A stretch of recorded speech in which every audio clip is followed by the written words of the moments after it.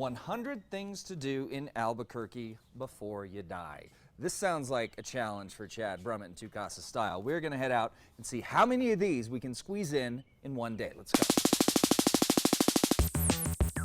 So number one on the list is chow down on a green chili cheeseburger. It says barbecue is to Texas as green chili cheeseburgers are to New Mexico.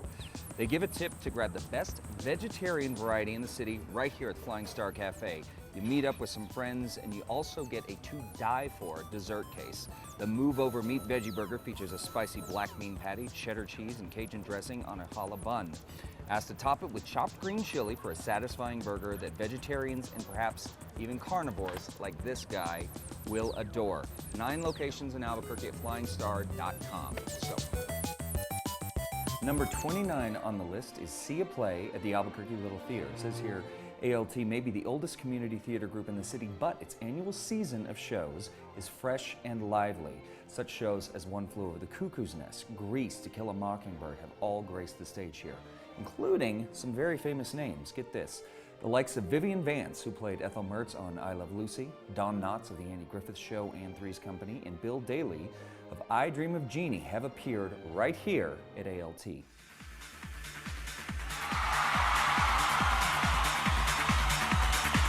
Number 45 on the list of things to do in Albuquerque, pack the pit. See what it says about the pit here. Albuquerque may be short on professional sports teams, but it is long on school pride for the University of New Mexico Lobos. Cherry and silver-clad basketball fans are particularly zealous when it comes to filling the university's arena, the Wise Pies Arena, aka the Pit. Why do we call ourselves the Pit? It goes on to say right here, we are 37 feet below street level, and we have a reputation of being one of the loudest venues in college basketball, and a winning one, at least for the Lobos, who have more than 80% of their games won right here in the Pit. So number 70 on our list is to see an indie flick at the Guild Cinema, one of my favorite locations here in Albuquerque. The Guild is Albuquerque's independent film house, it says. It screens all manner of low-budget and off-the-radar films, from classic cult hits to newly produced film festival darlings. Oscar-nominated shorts and full-length documentaries get their day on the big screen here during awards season. It also is home to the Sin Fronteras Film Festival, a Latin American film festival, and the New Mexico Italian Film Festival. Only a few dozen seats here, so you gotta come early and make sure you get your popcorn sprinkled with red chili powder.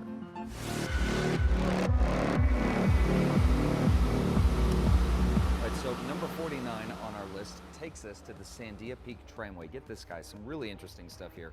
A lot of stuff I can't even go into.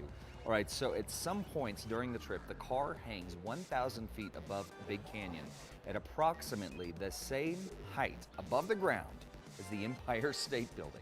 So you are dangling the same height as the Empire State Building along this, of course, the longest tram in the world and one of the crown jewels of Albuquerque. I thought I could get more done in one day. Guess I couldn't. Park closed.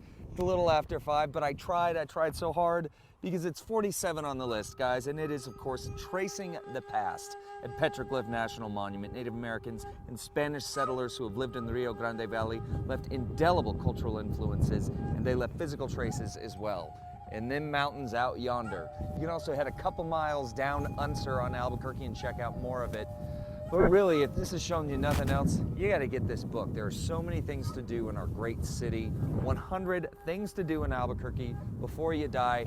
It's taken me a day to do just 6, 7, I've lost count. Anyway, this book right here, head over to casa.com for more information. All right, so clearly, guys, the list is long and the days are short.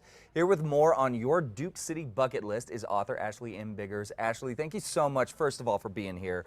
Thank you for writing this book. This is fantastic. All right, so first thing, tell us a little bit about yourself. Well, I have been a journalist here in New Mexico for about 7 years now. So I've written for New Mexico Magazine, Albuquerque the Magazine, Santa Fe, and I also pen the New Mexico Vacation Guide. So luckily for me, all of that knowledge got to kind of go into this book. That's great. Yeah, so obviously if anyone's going to write this book, it should be you. So now I understand that this is actually part of a larger series that this publisher does. Is that right? Yes. So Reedy Press does a national series with the 100 Things books. So there are versions for Washington, Washington, D.C., Los Angeles, New York, Dallas, and so I was lucky enough to get to do the Albuquerque version. And did they approached you, said, we want to do this book, who can we get to do it?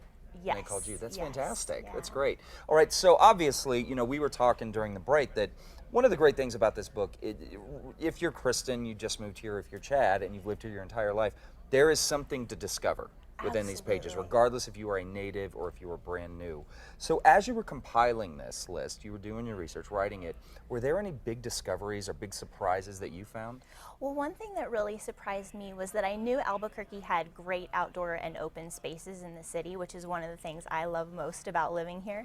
But I didn't realize that we have the most parkland per capita of any city in the U.S. No kidding. That fact really surprised me. And we have about 27,000 acres of open space in the city, from the Bosque to Elena Gallegos. And so that was really exciting to me, because that was something that I feel like we can really tout and be the champion. Yeah, absolutely. We always talk with Bernalillo County. Yeah. They come on. In fact, we're going to be talking to them later on in the show about things to do here in Albuquerque. And the Albuquerque open space, all of those open space locations, one of my favorites. I love taking my little girl out there. Oh, yeah. And you can take your dogs with you, get them it's- running. Yeah, that's great. I didn't realize that we had the largest per capita. That's a nice little feather in our cap there. All right, so if people obviously they want to get this book, they can also meet you. You have a book signing coming up, is that right? I do. Next Thursday on the 21st at Page 1 in the Heights at 6:30. I'll be talking a little bit about the book and signing, so I encourage people to come out and meet me there. And also, there are a few kind of DVD extras that didn't make it into my list of 100. Very cool. So The I'll be director's cuts. Yes, so I'll Okay. be sharing a few of those Very cool. as well. Very quickly, Ashley, before we get out, I have to ask you, what is your favorite? What's your number one on the bucket list? Well, I have to say, as a parent, I love all 100 things Yeah, right. that I wrote about. But of course, I do have my favorites. And one of my favorites is eating dinner at Farm and Table Restaurant, which has great local produce. You can see the fields where some of your dinner is grown right out the window. And if it's not grown there, it's certainly grown in New Mexico. That's and great. it's a beautiful place to eat That's dinner. great. Guys, I highly encourage you to get this book, 100 Things to Do in Albuquerque. Before you die, head over to casa.com for all